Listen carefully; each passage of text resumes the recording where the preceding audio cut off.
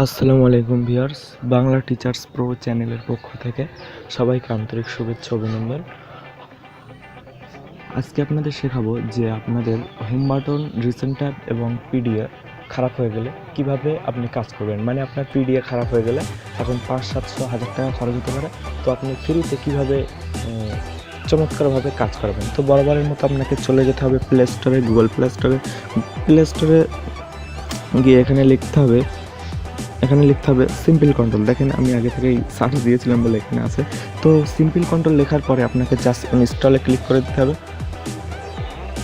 তো ভিউয়ার্স, এছাড়া আরও অনেক ছোটো অ্যাপস আছে, ছোটো বড়ো অ্যাপস আছে, সেগুলো ইনস্টল করবেন না। সেগুলো ইনস্টল করলে আপনার মোবাইল ইউজ করার সময় ইন্টারনেট অন থাকলে অ্যাডভার্টাইজ চলে আসবে।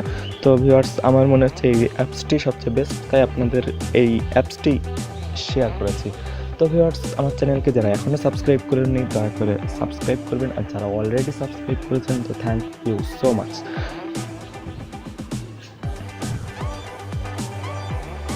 ভিউয়ার্স, ইনস্টল হয়ে গেছে। এখন এখান থেকে ওপেন করতে হবে।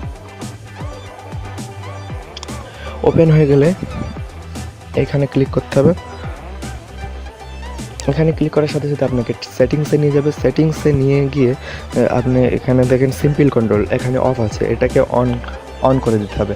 এটাকে অন করে দেওয়া মানে আপনার কাজ শেষ।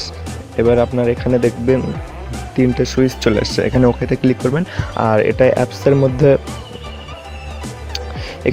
মধ্যে চলে এসে ওই সিম্পল কন্ট্রোল অ্যাপসের মধ্যে এখান থেকে আপনি বিভিন্ন আইকন চেঞ্জ করতে পারবেন বিভিন্ন সময়ের সাথে।